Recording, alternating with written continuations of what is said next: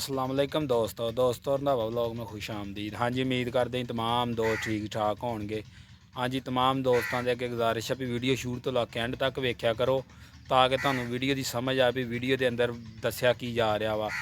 तो ਜਿਹੜੇ ਬੰਦੇ ਸਾਡੇ चैनल ਤੇ ਨਵੇਂ ਹੁੰਦੇ ਸਾਡੇ चैनल ਨੂੰ सबसक्राइब कर लिया करो। हाँ जी, ट्रैक्टर लैके आए ਤੁਹਾਡੇ ਲਈ फीएट 640 मॉडल 2022 ਫਾਰ ਸੇਲ ਆ।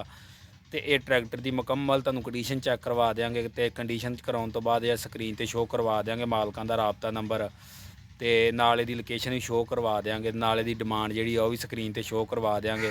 फिर तुसीं उत्थे राबता नंबर पर राबता करके तो यह ट्रैक्टर ना खरीद सकते जे। हाँ जी, करते हैं जी वीडियो स्टार्ट।